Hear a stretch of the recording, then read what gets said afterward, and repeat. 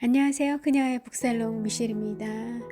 네, 오늘 함께 할 작가는 로맨갈이에요.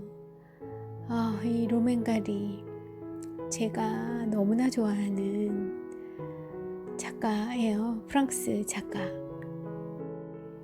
제가 가장 좋아하는 것을 너무 사랑하는 작가라고 소개를 드릴까요? 또 제가 좋아하는 작가도 여럿 있죠. 니코스 카잔차키스도 그렇고 여럿이 있는데, 그런데 로맨가르처럼 책을 많이 남기질 않았어요. 소설을, 불행히도. 그런데 로맨가리는 제가 정말 좋아하면서도 또 굉장히 이 작품들을 여러 편 남긴 그런 작가예요. 프랑스와즈 사광도 마찬가지고, 아마 저처럼 로맨가리의 팬들이 많이 있을 겁니다. 옛날에는 더욱 많았을 것이고, 이제 세월이 너무 많이 흐른 지금이지만, 그럼에도 불구하고 굉장히 많은 사람들이 저와 같이 팬이 될 수밖에 없는 그런 작가고요. 그래서 이 로맨가리의 전 작품들이 다 번역이 되어 있어요. 그리고 번역 수준도 매우 높은 것 같습니다. 제가 원서를 본 건 아니고 다 번역된 작품들을 통해서 그런 감명을 받았던 거였어서 번역도 정말 너무 잘 되어 있는 것 같아요.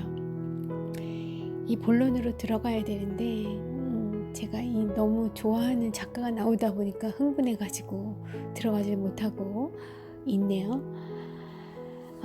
제가 이 로맨가리의 작품들을 언제 한번 소개를 시켜드려야 되는데 하고 마음은 먹고 있었는데, 제가 이렇게 다 요약을 할 자신은 없고, 그래 어딘가 이렇게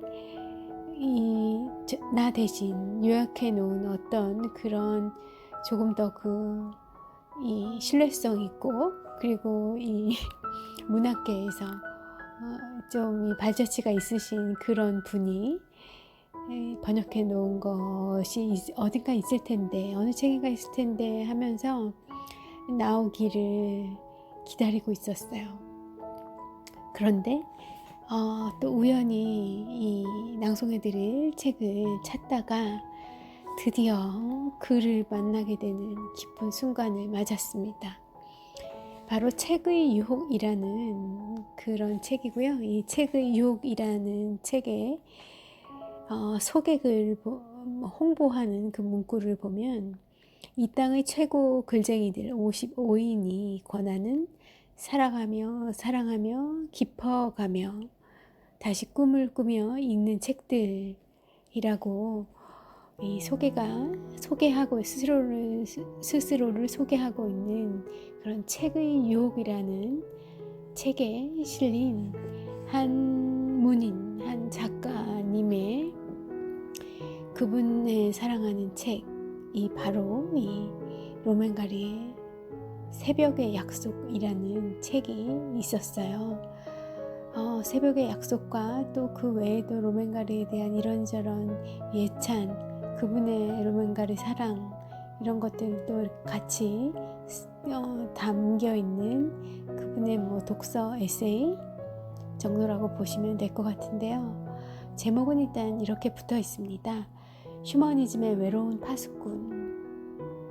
저는 그런데 딱 듣는 순간 와닿지는 않았거든요. 그런데 사실 또 들여다보면 맞아요. 좀 이렇게 진부한 표현들 같기도 해서 제가 좀 꺼려진 것일 뿐, 사실은 맞는 로맨가리에 대한 맞는 그런 아주 간략하게 글을 요약한다면 그렇게 표현될 수 있겠구나 싶은 명칭이 있네요. 휴머니즘의 외로운 파수꾼. 정말 처음부터 끝까지 휴머니즘이 넘치죠, 그의 작품들은. 그래서 외로운 생각이 들 때 좀 내 감성이 너무 메말라간다 싶을 때, 그럴 때 로맨가리를 찾아 읽는 것은 아주 좋은 처방이 되겠습니다. 그리고 이런 휴머니즘을, 이 인간의 감성들, 아주 따스한 그런 따스한 기분 좋은 그런 감성들을 느끼고 싶을 때 이 땅에서 그런 것들이, 더군다나 이 현대문학에서 그런 것들이 많이 사라져가고 있는 요즘에 더 빛이 나는 그의 작품들이 아닌가 하는 생각을 해요. 이 땅에서 그런 휴머니즘과 따스한 감수성을 지켜내기 위한 외롭고 좀 어떻게 보면 처절한 굉장히 익살스러운 면이 많지만 어떻게든 그것을 지켜내려고 온몸을 더 얹어서 생을 살다 간 그런 작가 로맨가리 같이 함께 하시죠. 이 새벽의 약속, 저 오늘 정말 너무 마음이 벅차올라요. 제가 그 책을 읽었던 때 그 감흥을 너무 잊을 수가 없어서, 이 마지막 책을 덮고 났을 때 그 느낌이 다시 오는 것 같습니다. 그 새벽의 약속 중에 있는 한 문장 읽어 드릴게요.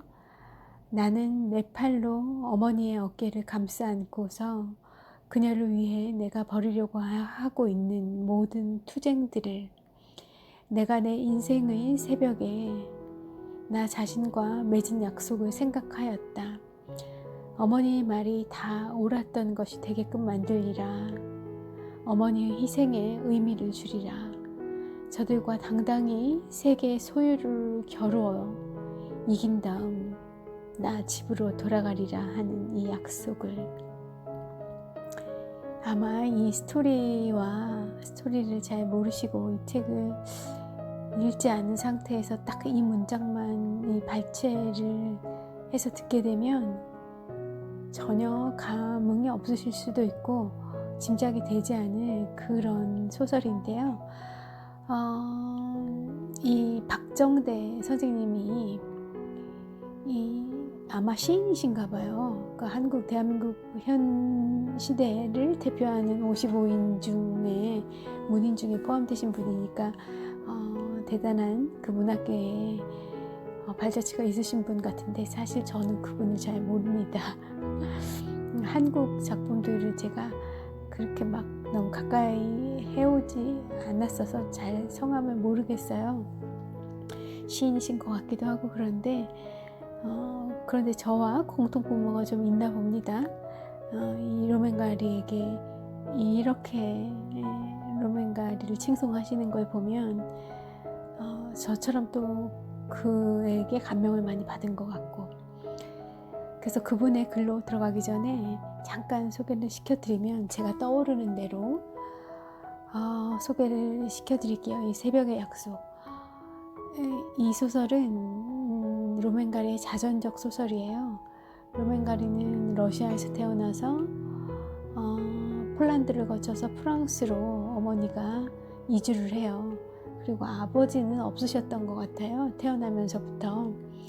근데 그 당시가 1차 세계대전이 있던 시절을 다 겪으셨으니까 사실 그 일이 조금 있기 전에 어린 시절을 보내고 계셨어서 폴란드인이 프랑스인 국적을 얻게 되기까지, 또 폴란드인도 아니고 또 사실은 러시아인인 사람인데, 그 어머니가 아들 하나를 데리고 이 아들을 프랑스에 외교관으로 만들기 위해 그 어렵고 지난한 과정을 거쳐서 국경을 넘어서 이제 프랑스에 입성을 하게 되는 과정, 그리고 프랑스에서 그 혼자 사는 여자가 아들 하나를 키우는 러시아 외국인이에요. 그 아들을 그 온전한 프랑스인으로 키워내기 위해서 벌이는 그 눈물겨운 드라마가 펼쳐집니다. 그런데 이 어머니도 이 아들에게도 아들은 오히려 그냥 그 어머님의 그늘에 묻혀 있었다고 할까요? 근데 이 어머님이 이 생에 대한 이 에너지, 아들을 프랑스 외교관으로 키워내기 위한 왜 그렇게 외교관에 꽂히셨는지 모르겠어. 근데 정말 그걸 키워내기 위해서 아주 어려서부터 세뇌를 시켜요. 그리고 또 이 아들을 정말 아주 멋지게 키워내죠. 이 로맨가리라는 위대한 작가 한 명을 만들어냈는데, 사실 그 로맨가리를 만들어낸 것은 결국 어머니였구나 하는 거를 이 소설을 보면 잘 알 수가 있습니다. 근데 정말 대단한 어머니세요. 생에 대한 그 굉장한 에너지와 긍정, 그리고 그 험난한 과정에서도 그 자존심, 자긍심, 자존감, 그리고 뭐 그 해악이 있어요. 유머러스함과 해악. 이 어머니가 로맨가리에겐 굉장히 버거웠을 것 같고 창피한 순간도 너무 많았을 것 같은데, 너무나 먹고 살기 입에 풀칠하기 어려운 그런 순간들, 아니면 목숨이 왔다 갔다 위태로울 수 있는 그런 상황들을 많이 겪으면서 자라온지라,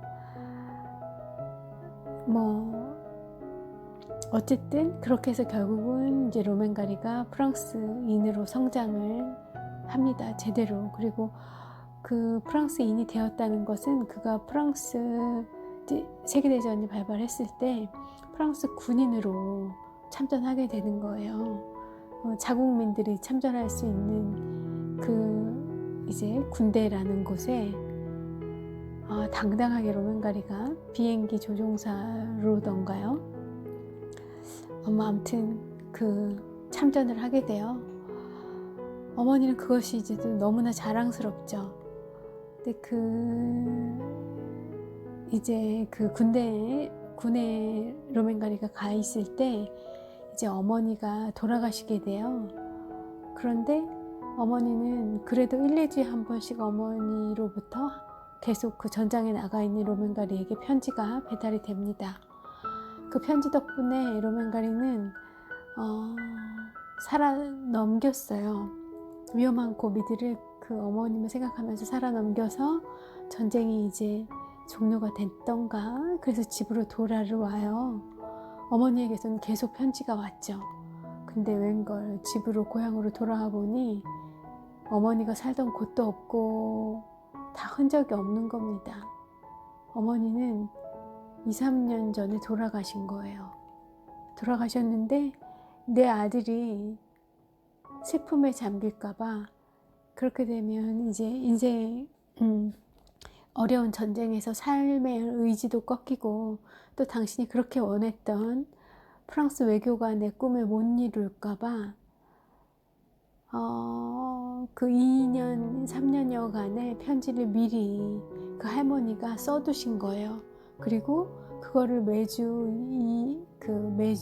격주로 전쟁터로 발송을 해달라는 부탁을 지인에게 하고 돌아가신 겁니다. 그것을 나중에 나중에 알게 된 그 아들의 마음. 저는 재주가 없어서 그 감동을 다 전해드릴 수가 없어요.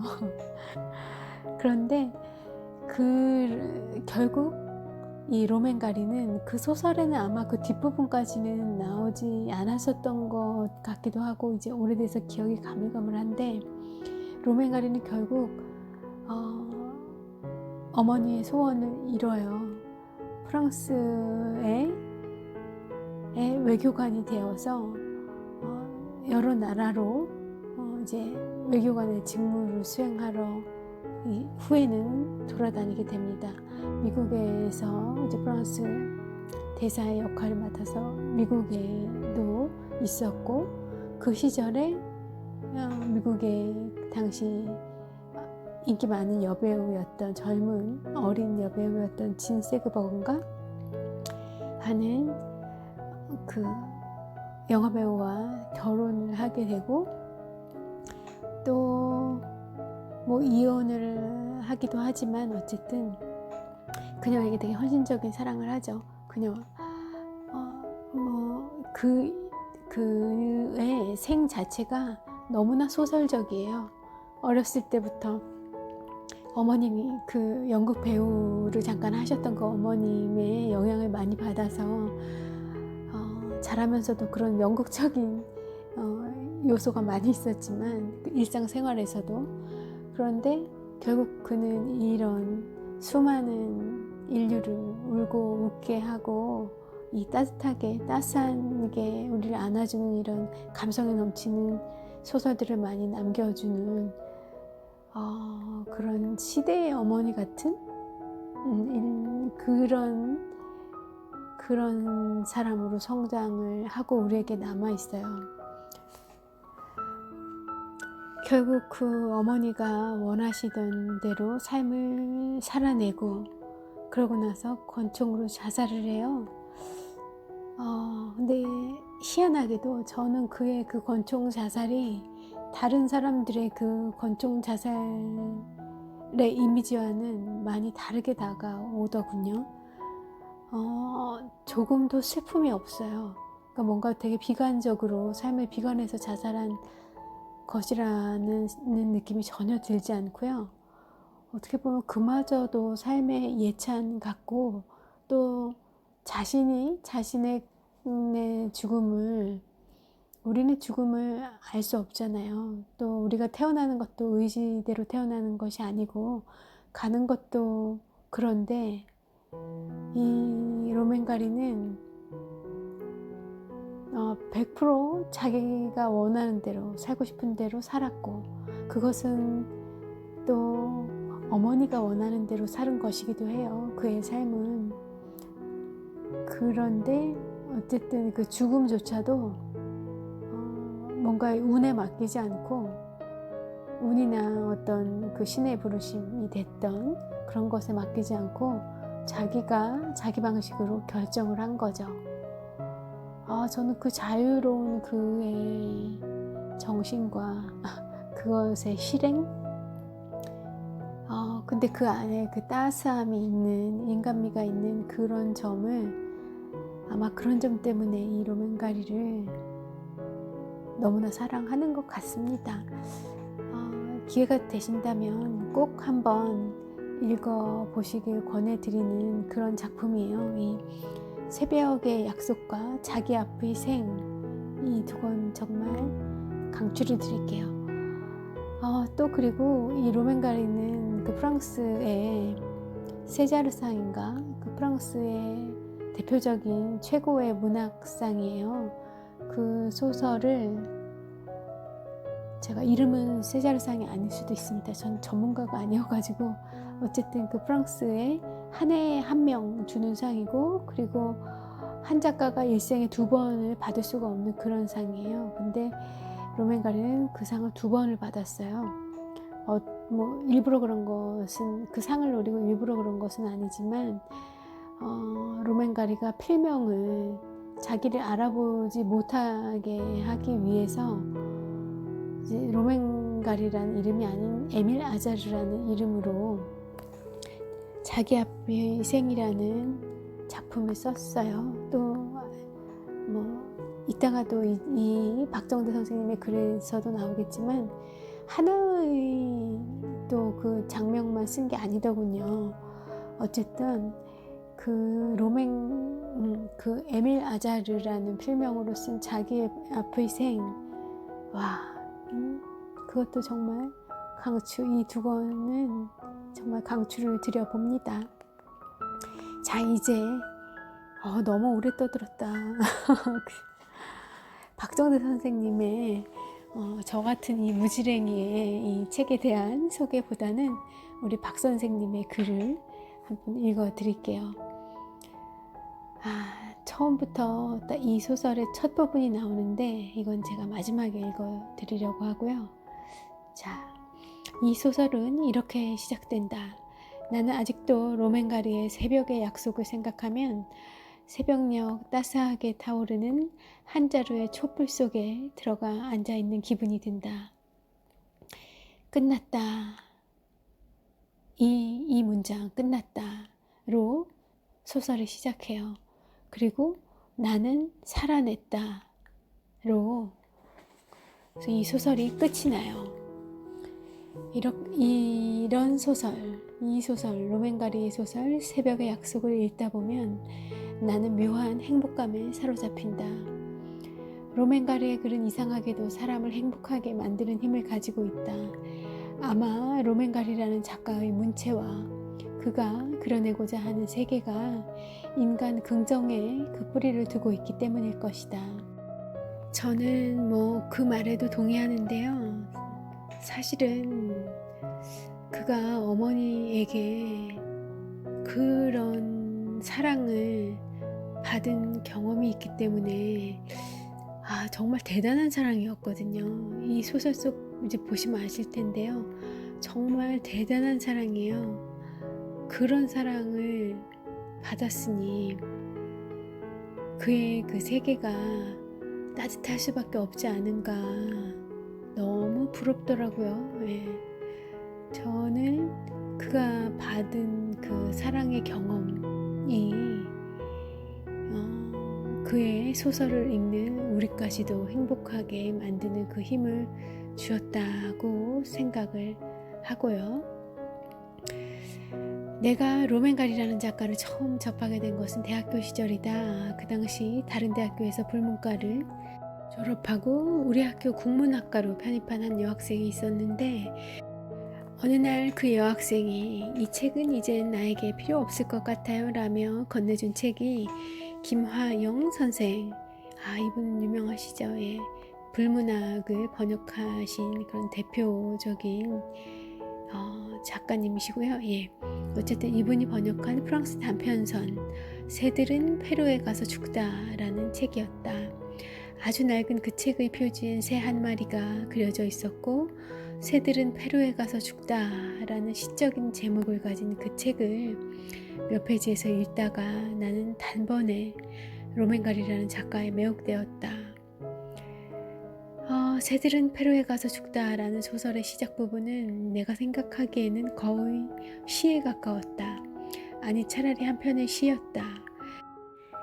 로맨가리라는 작가는 이렇게 새들은 페루에 가서 죽다 이 작가로 처음 내게 다가왔던 것이다. 그 후 나는 로맨가리의 작품을 찾아 읽으면서 내가 익히 알고 있던 프랑스의 작가들 사드, 알베르 까미, 로맹 롤랑, 생텍쥐페리, 베르코트, 알랭 로브그리에 등과는 다른 그 무엇을 가지고 있는 작가라는 생각을 하게 되었다. 그 무엇이란 비오는 날의 등불처럼 따스하게 느껴지는 그 무엇, 사람으로 하여금 잊혀진 그 어떤 따스함에 대하여 생각하게 만드는 그의 글들은 대학 시절 내내 힘든 청춘 시절을 보내고 있던 내게는 참으로 커다란 위안이었다. 하늘의 뿌리, 자기 앞의 생, 다 이 로맨가리의 대표작들인데요. 이런 작품들을 읽으면서 나는 어쩌면 그는 이렇게 나와 똑같은 생각을 하고 있을까 하고 몇 번씩 놀라곤 하였다. 이런 놀라운 확인은 그의 자전적 소설 새벽의 약속을 읽으면서도 나를 더욱 놀라게 만들었었는데 이 자전적 소설에 드러난 그의 어린 시절의 성장 과정 그리고 그의 삶에 대한 가치관이나 인생관을 들여다보면 나는 어쩌면 내가 로맨가리처럼 살다가 그처럼 죽을지도 모르겠다는 철없는 생각들을 하기도 했었다. 이 선생님은 대단하시다. 저는 차마 그런 생각까지 못했어요. 이게 뭔가 나랑 통하는 구석이 굉장히 많구나 하는 생각은 했지만 저가 그렇게 살다 가기에는 너무 어마어마한 생이어서 너무 제가 감당하기 벅찰 그럴 사랑과 그런 행복 너무 마음이 버거울 것 같은 그런데 이 역시 문인이 되실 분은 자질이 다르군요. 예. 그러나 지금 내가 로맨가리의 새들은 페루에 가서 죽다와 새벽의 약속을 읽은 지도 벌써 20여 년이 흘렀다.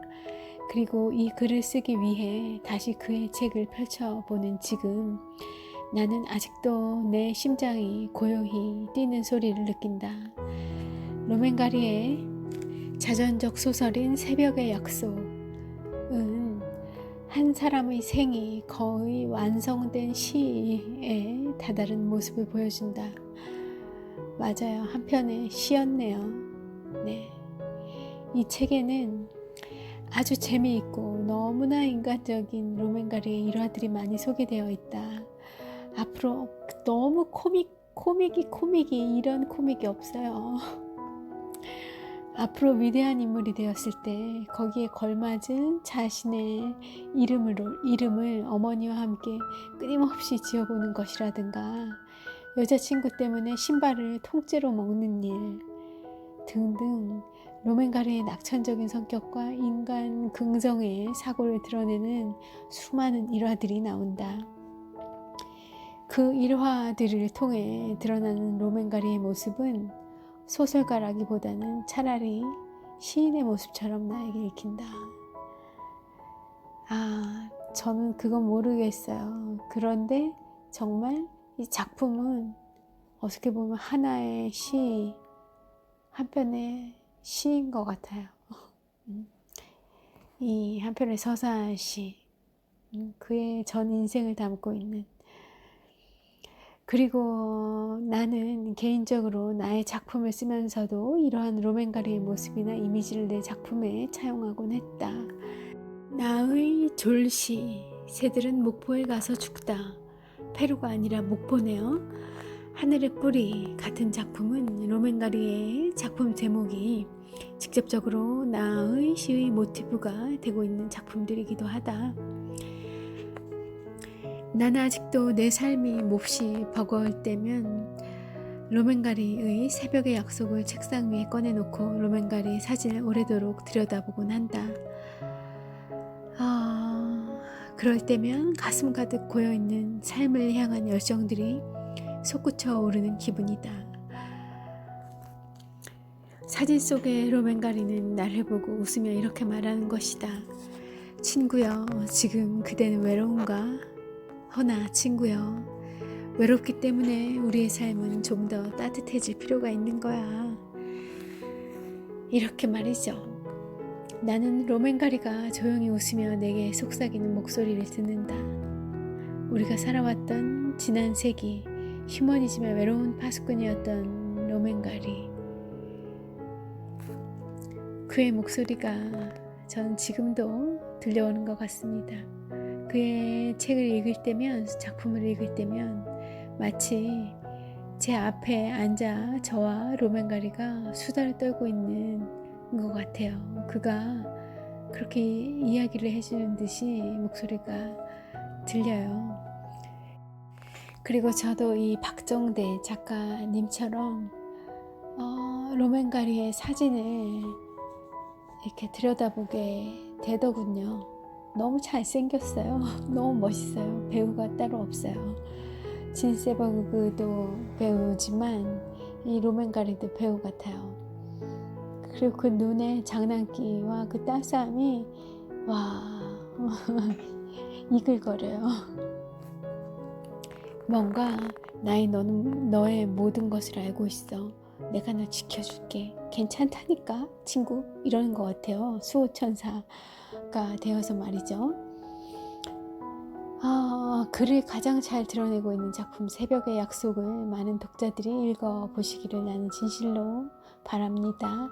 만일 이 글을 읽고 있는 당신이 삶의 메마른 사막 한가운데 있으시다면 그대의 고갈된 삶 속으로 열정의 샘물을 퍼올리고 싶으시다면 그대는 지금 바로 이 책을 덮고 자리에서 일어나 서점으로 달려가야 할 겁니다. 거기에는 로맨가리라는 맑고 깨끗한 샘물 하나가 놓여 있을 거예요. 그리고 그의 따스한 미소가 있을 겁니다. 이제 왔냐고, 하면서 기다리고 있을 거예요. 네. 자, 새벽의 약속 표지 안쪽에 실린 글 읽어 드려 볼게요.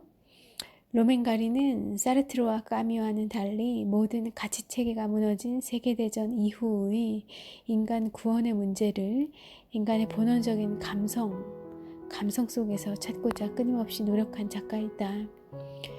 일부러 노력을 한 것이라고 저는 그렇게 보이지 않아요. 그렇게 생각지 않고요. 그 로맨가리 자체가 그럴 수밖에 없는 남자인 것 같아요. 그럴 수밖에 없는 사람, 그렇게 자라고 키워진 거죠. 그럴 수밖에 없는 작가이지 않았나 싶습니다. 하늘의 뿌리라는 작품으로 콩쿠르상을 수상하고 또다시 에밀 아자르라는 필명으로 자기 앞의 생, 이 멋있는 이 자기 앞의 생 참을 써서 어쨌든 콩쿠르상을 다시 받았죠. 콩쿠르상은 일생에 단 한 번밖에 주지 않는다는 2회를 허락지 않는 그런 원칙을 갖고 있는 문학상인데 그 원칙을 무너뜨리는 결과가 된 거죠. 결과적으로는요. 그 상을 노리고 필명을 바꾸고 이런 것이 아니었지만 어떻게 보면 그런 세계에 대한 자기만의 한 거를 한 거일까요? 자유를 관철시킨 거예요. 네, 로맨가리는 1914년 러시아에서 태어나 폴란드를 거쳐 프랑스로 귀화했다. 어머니가 그렇게 하신 거죠. 아주 어렸을 때 그런 어머니를 따라 손붙잡고 아주 지난한 과정을 거쳐서 프랑스인이 되었죠. 2차 대전 때 자유 프랑스군의 공군 조종사로 활약하여 레지옹 도네르 훈장을 받은 그는 화려한 외교관 생활과 미모의 여배우 진 세버그와의 결혼, 그리고 그녀의 비극적 죽음 등 파란만장했던 삶을 거치면서 마치 휴머니즘을 대변하는 외로운 파수병처럼 인간 긍정의 신화를 창조하려는 문학적 노력을 읽기도 힘들다. 너무 이거 문장의 퀄리티가 좋지 않아요. 이건 너무 예찬을 하려다 보니 너무 장황하게 수식어를 늘어놓으신 것 같아요.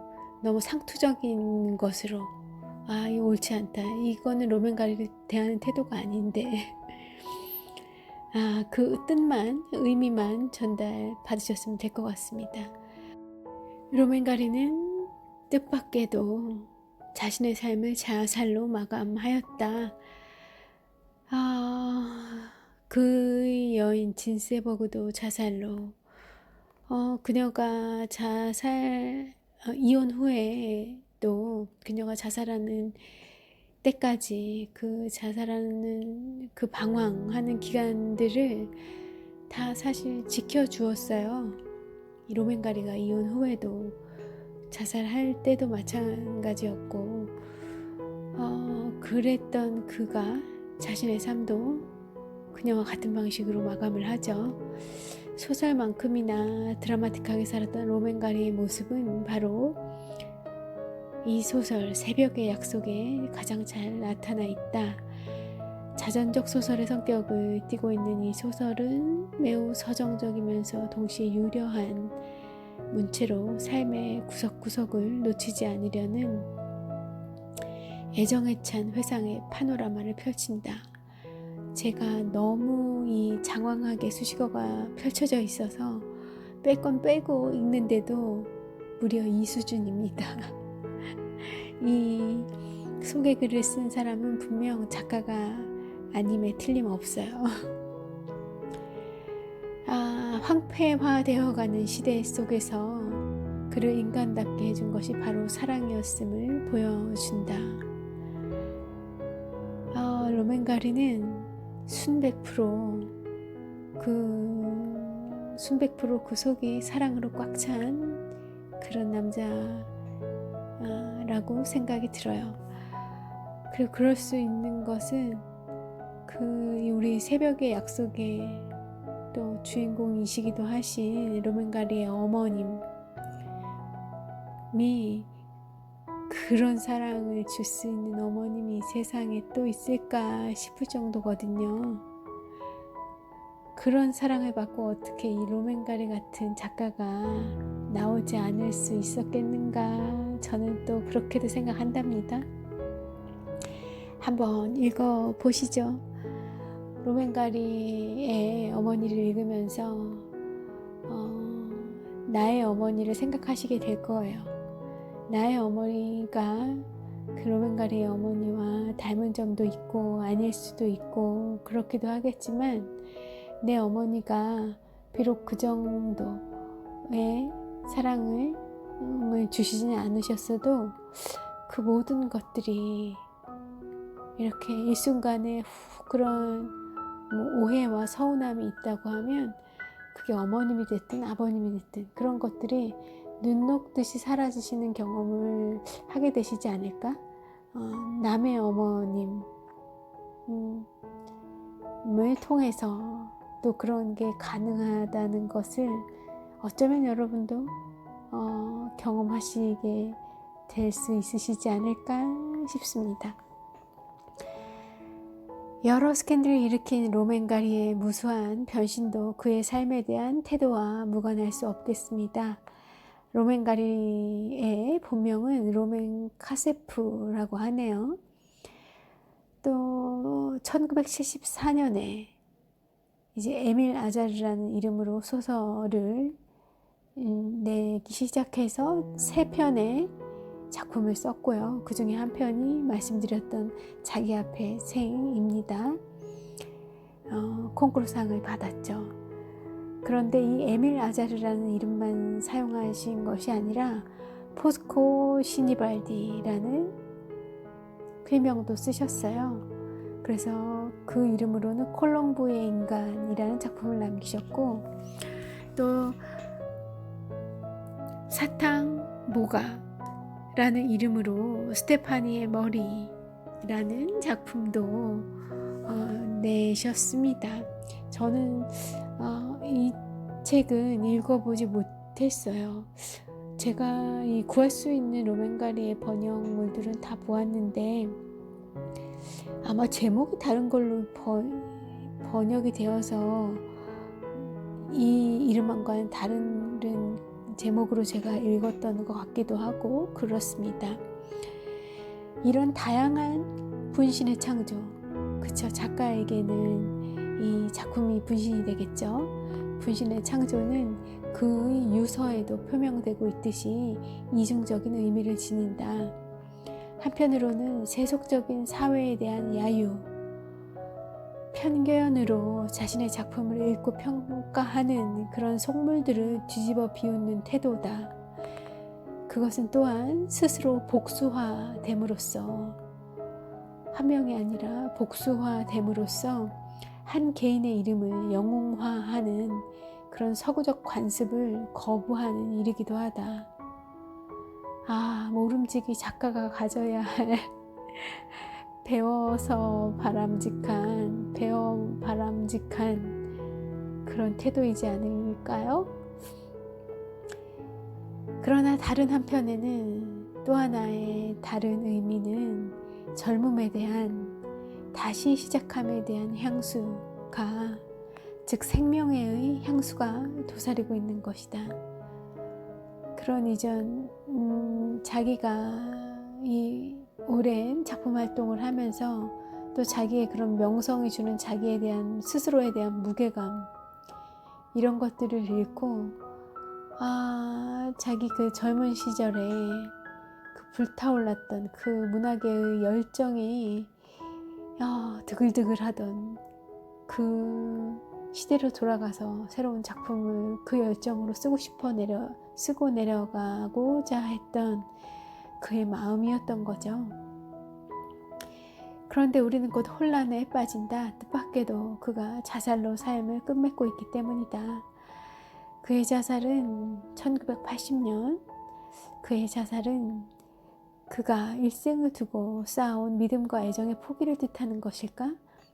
아니, 그렇지 않다면 자신의 생애 전체를 바로 그 생애를 걸고 다시금 뒤엎음으로써 죽음과 함께 자신의 의미가 세속적으로 고정화될지도 모르는 위험에서부터 스스로를 지켜낸 혼돈과 신비의 영역 속으로 빠져나가게 함으로써 스스로를 지켜낸 최후의 실천적 모험이었을까?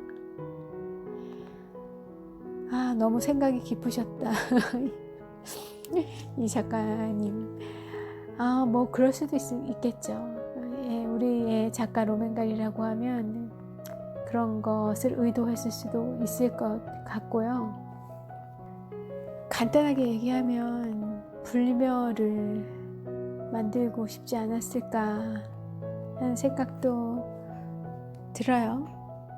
그리고 자신의 운명을 자기가 선택하는 그가 추구했던 그 자유정신을 실행한, 결행한 그것이 또 그의 마지막을 스스로로 마지막 시점을 스스로 하고자 한 그런 거 아니었을까 싶은 생각도 들고, 어쨌든 제가 받아들이는 로맨가리의 죽음에는 아주 조금의 슬픔도 있지 않습니다.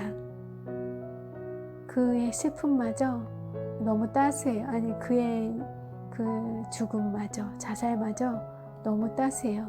이런 말 방송에서 하면 안 되는데. 그냥 뭐 그렇다는 겁니다. 소설만큼이나 드라마틱하게 살았던 그 로맨가리 자신의 모습은 바로 여기에 번역된 이 소설 새벽의 약속에 잘 나타나고 있다.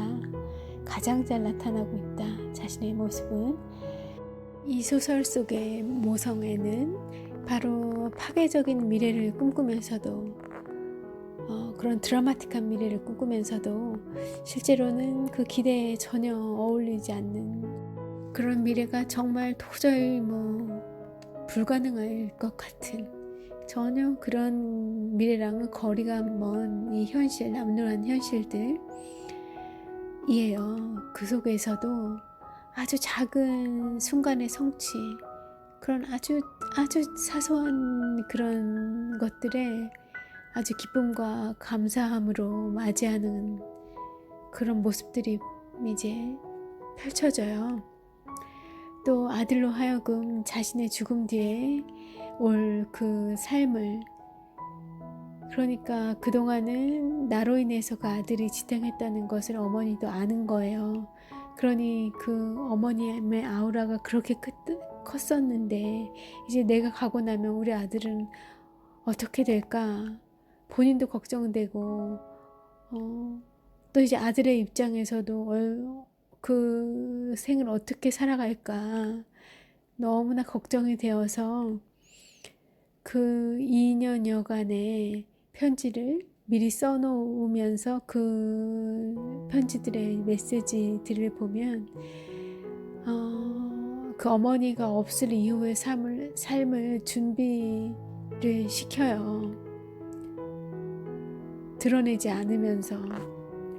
그거를 더군다나 그 어머니는 아파서 병상에서 죽어가면서 그런 희망에 찬 아들에게 희망을 불어넣어주기 위한, 전장에서 죽지 않고 살아남게, 그리고 당신이 가고 난 이후에도 혼자 잘 살아가도록 그런 희망을 줄 수 있는 내용들을 편지로 써야 하다 보니 그 병상에서 다 이제 늙어서 아프고 힘들고 죽어가는 할머니가 그런 에너지를 아들에게 주어야 한다는 상황이 얼마나 힘들겠어요. 그런데 그렇게 하신 거예요, 그 어머니는. 어쨌든, 또 어쨌든이란 단어를 썼다. 저 이 단어 너무 많이 쓰는 것 같아서 고치고 싶거든요.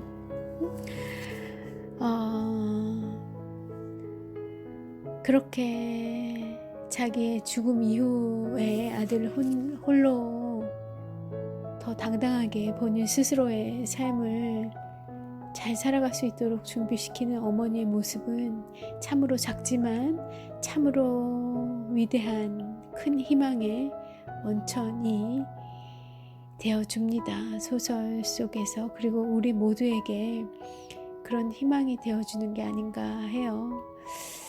아마도 그것이야말로 인간의 근원적 사랑의 표상이리라 라고 새벽의 약속 옴기니의 해설 중에 있는 부분이었습니다. 그리고 이 소설의 끝은 이렇게 나고 있습니다.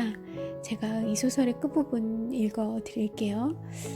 그리고 나서 다시 이 소설의 처음 시작 부분을 읽어 드리려고 해요. 이것이 전부다. 이제 곧 해안을 떠나야만 한다. 너무 오랫동안 바닷소리를 들으며 그곳에 누워 있었던 것이다. 오늘 밤엔 빅시르에 약간 안개가 낄 것이고 쌀쌀해질 것이다. 그런데 나는 불을 지피고 내 손으로 내 몸을 따뜻하게 하는 법을 배운 일이 없는 것이다.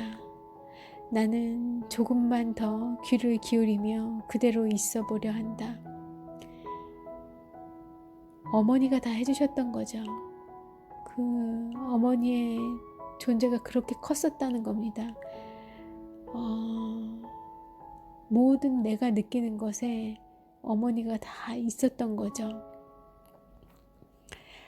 항상 금방이라도 태양이 내게 말하는 것을 알아들을 것만 같기 때문이다. 그래서 나는 조금만 더 귀를 기울이며 그대로 있어 보려 한다. 어머니의 무슨 소리를 듣고 싶은 거 아니었을까요? 그것이 들려오는 것 같은 느낌이지 않았을까요? 나는 눈을 감고 미소 지으며 듣는다. 아직도 내겐 그런 호기심이 남아있다. 해안이 빌수록 내겐 항상 더욱 가득한 것 같다. 물개들은 바위 위에서 입을 다물고 있고 나는 미소 지으며 눈을 감고 가만히 듣는다. 그리고는 그들 중에 한 마리가 가만가만 내게 다가오는 것을, 갑자기 내 뺨 혹은 어깨 사이에 그 다정한 콧마루가 느껴지는 것을 상상해 본다. 나는 살아냈다. 이게 끝이에요. 이 다정한 콧마루, 이게 로맨가리가 제게 주는 느낌입니다. 제 어깨 위에도 그 다정한 콧마루가 느껴져요. 이 아까 읽어드린 부분 중에 그의 소설이 한편의 시다, 이 새벽의 약속이 한편의 시다 말씀드렸는데 시적이지 않습니까? 전편에 다 느낌이 잔잔한 느낌이 있긴 하지만 지금 마지막 장면이라 좀 더 시적인 면이 극명한 거고요. 소설 자체는 굉장히 소설적입니다. 스토리도 많고요. 일화도 많고 그러니까 시를 싫어하시는 분이 있을까봐 말씀드리는 거예요. 전체가 다 이런 스타일은 아니에요. 그리고 말씀드렸다시피 이 책은 끝났다로 시작해서 나는 살아냈다로 끝나요. 그래서 좀 전에 읽어드린 부분의 마지막에 나는 살아냈다가 마지막 단어였죠. 그러면 이제 소설의 시작 부분도 매우 시적입니다. 그래서 시 스타일이 꺼려지시는 분은 지금 그만 들으셔도 돼요. 거듭 말씀드리지만 이 소설 전편에 다 이런 시적인 뉘앙스가 100% 이렇게 시 스타일은 아니기 때문에 걱정 접으시고 읽으시면 되세요. 자, 소설의 시작 부분입니다. 끝났다로 시작합니다. 끝났다. 빅시르 해안은 텅 비어 있고 나는 넘어진 바로 그 자리에 누운 채로이다. 바다 안개가 사물들을 부드럽게 만들고 있다. 지평선에는 돛대 하나 보이지 않고 내 앞 바위 위엔 수천 마리의 새들이 있다. 다른 바위엔 물개 일가가 있다. 아버지 물개는 지치지도 않고 물결 위로 솟아오른다. 고기를 입에 물고 번들거리며 헌신적으로. 이따금 제비갈매기들이 너무도 가까이 내려앉아 나는 숨을 죽이지 않을 수 없다. 그리하여 내 오랜 욕망이 깨어 일어나 내 안에서 움직이는 것이다. 조금만 더, 그러면 새들이 내 얼굴 위에 내려앉고 내 목과 품속으로 파고들어 나를 온통 뒤덮을 텐데 하고 44살에 나는 아직도 어떤 본질적인 애정을 꿈꾸는 것이다. 움직이지 않고 해변에 누워 있은 지가 하도 오래되어 마침내 펠리칸과 가마우지들이 나를 삥 둘러 원을 만들고 말았다. 조금 전에는 물개 한 마리가 파도에 실려 내 발치까지 왔었다. 그것은 지느러미로 땅을 짚고 거기 머물면서 한참 동안 나를 바라보다가 바다로 돌아갔다. 나는 그에게 웃어 보였다. 그러나 그것은 무엇인가 알고 있는 듯 엄숙하고도 약간 슬픈 표정으로 그냥 거기에 있는 것이었다. 네, 이 소설은 이렇게 시작해요. 그러니까 아마도 44살이었지 싶습니다. 로맨가리가 이 소설을 썼던 나이가. 어머니를 끝없이 생각했을 거고요. 그리고 아마 이 소설을 지음으로써 아마 어머님을 하늘로 온전히 돌려보낼 수가 있었을 거예요. 그리고 그 이후에야 비로소 어머님의 아우라 없이 스스로의 그 자유로운 어머님의 그 기대와 조금은 뭐 굴레도 되지 않았을까 싶은데 그런 거로부터 자유롭게 그의 문학 세계를 마음껏 훨훨 펼쳐나갈 수 있지 않았을까 싶습니다. 이렇게 소설을 시작할 무렵에는 어머니가 자기 언저리에서 자기를 내려다보고 바라보고 있었고요. 앞서 읽어드린 그 소설의 말미에 가면 이제 굉장히 자유로워진 로맨가리를 느낄 수가 있습니다. 그리고 어머님의 그 기대에 나는 이제 어머님의 기대에 다 부응해 드렸어요. 어머님 감사합니다. 그리고 이제 저는 제 생을 걱정시키지 않게 훨훨 날아 제 삶을 펼쳐 보이겠습니다. 제 삶을 살러 날아가 보겠습니다. 하는 그런 고백으로 소설이 끝마침이 되는 것 같은 그런 구조예요. 여러분은 읽어보시면 어떤 느낌이실지 모르겠어요. 저와 같은 느낌으로 읽어지실지 이 박정대님, 이 글을 쓰신 박정대님처럼 읽어지실지 또 조금은 다른 느낌이실 수도 있겠지만 이 로맨가리의 이 따스한 느낌 그리고 그의 어머니가 주는 그의 어머니는 이 로맨가리를 통해 로맨가리 한 명을 품고 있는 게 아니라 이 시대에 외로운 우리 모두의 인간들을 품고 있어요. 제가 느끼기엔 그 큰 어머님의 사랑을 받으실 거예요. 어쩌면 앞에도 말씀드렸나 모르겠는데 내 어머니가 내 아버지가 직접 전달해 주시지는 못했지만 그 마음속에 있었을 그 사랑까지도 다 느껴지실 수 있는 그런 경험을 하시게 될 수도 있고요. 나름의 방식으로 이 소설을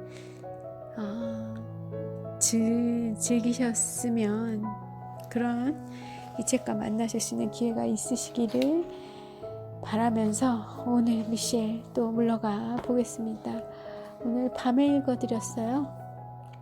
좋은 밤, 편안한 밤 되시기를 바래요. 코로나로 인해서 정말 새로운 여태까지 경험해보지 않은 그런 봄을 살아가고 있는 오늘입니다.